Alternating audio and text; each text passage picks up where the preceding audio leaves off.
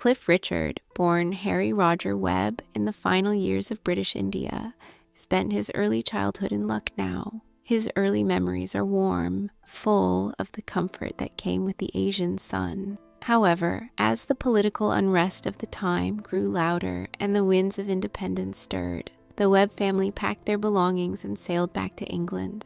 The journey from India to post-war Britain was far from luxurious. Instead of the life of comfort Harry had known, he found himself in a country still grappling with the aftermath of war.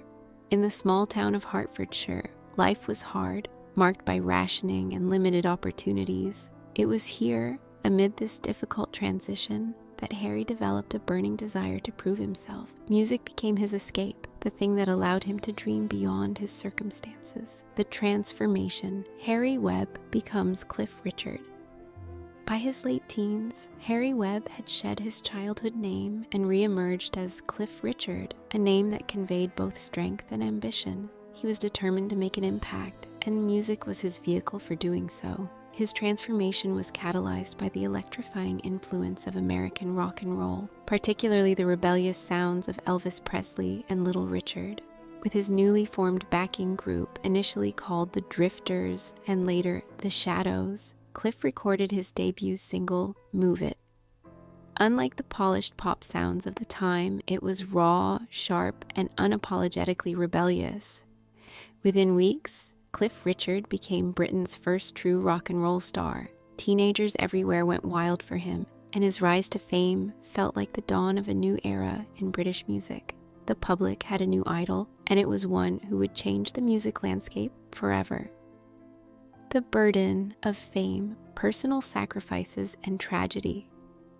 Cliff's decision to merge faith with fame came at a personal cost. At only 21, he lost his father unexpectedly, and suddenly he was thrust into the role of caretaker for his mother and sisters. Over the years, Cliff endured more pain with the slow, heartbreaking decline of his mother to Alzheimer's disease. These personal tragedies shaped him, fostering a deeper sense of duty and responsibility. However, the sacrifices he made for his family came at the expense of his own happiness. Relationships he deeply cared about faltered. One of the most poignant was a relationship with a dancer, which ended when he realized he had to choose his career and family over marriage. Other relationships, often with actresses or fellow performers, didn't last, overshadowed by the demands of his growing fame.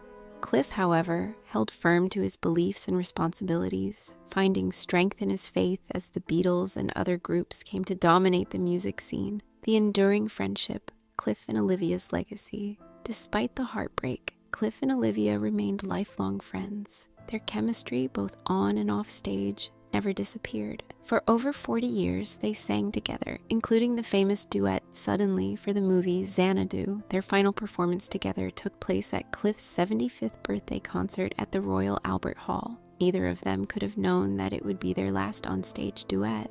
In 2022, when Olivia passed away after a long battle with cancer, Cliff spoke of their last phone call.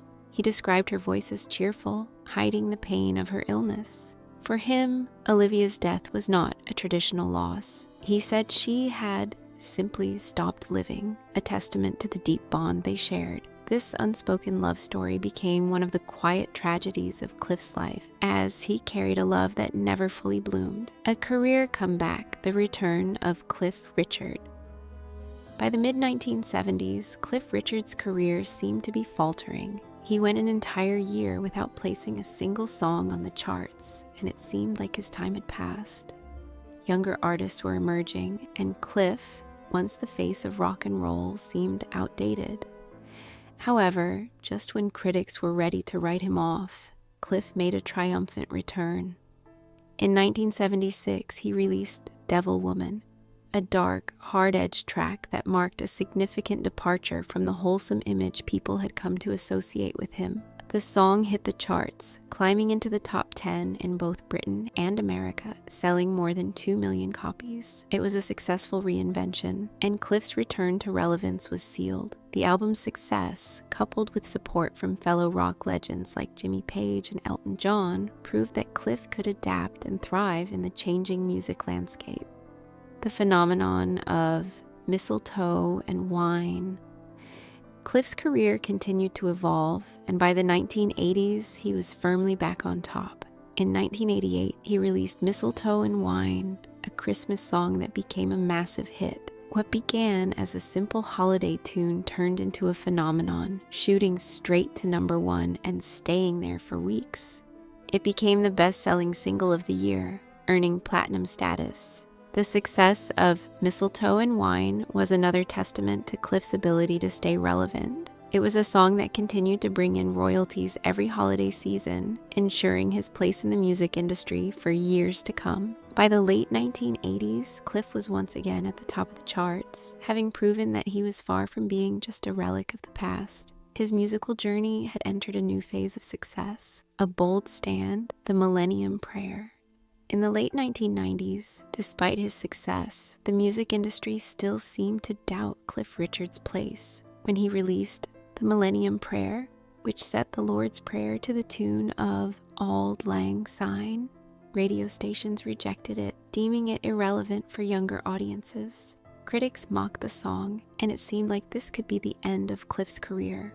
However, his loyal fans rallied behind him. They bought the song in droves, turning it into a movement. Against all odds, the Millennium Prayer climbed to #1 and stayed there for 3 weeks. It was Cliff's 14th UK #1, a remarkable achievement 40 years after his debut. This success proved that, despite the industry's rejection, the public still loved Cliff Richard.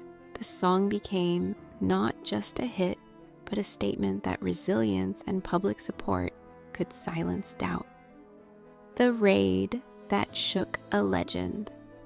In 2014, Cliff Richard's life took a shocking turn. He was at home in Portugal when he saw helicopters circling his house in Berkshire. The police were there, conducting a raid on his property live on television, broadcast by the BBC. The reason for the raid was an accusation of sexual assault based on an alleged incident that occurred during a Billy Graham rally in the 1980s.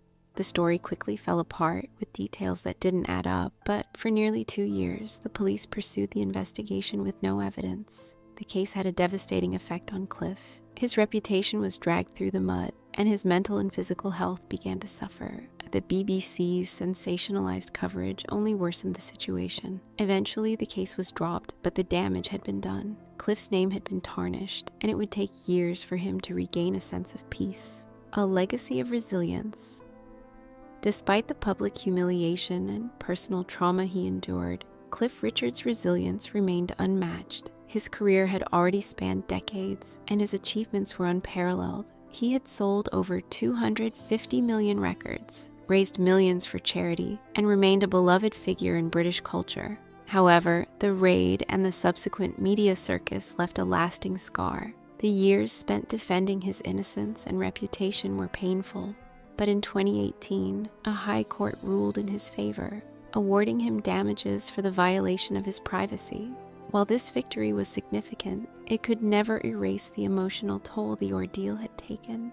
Nonetheless, Cliff Richard's legacy endures, and despite the trials he faced, he remains a symbol of resilience, faith, and a commitment to his music and values.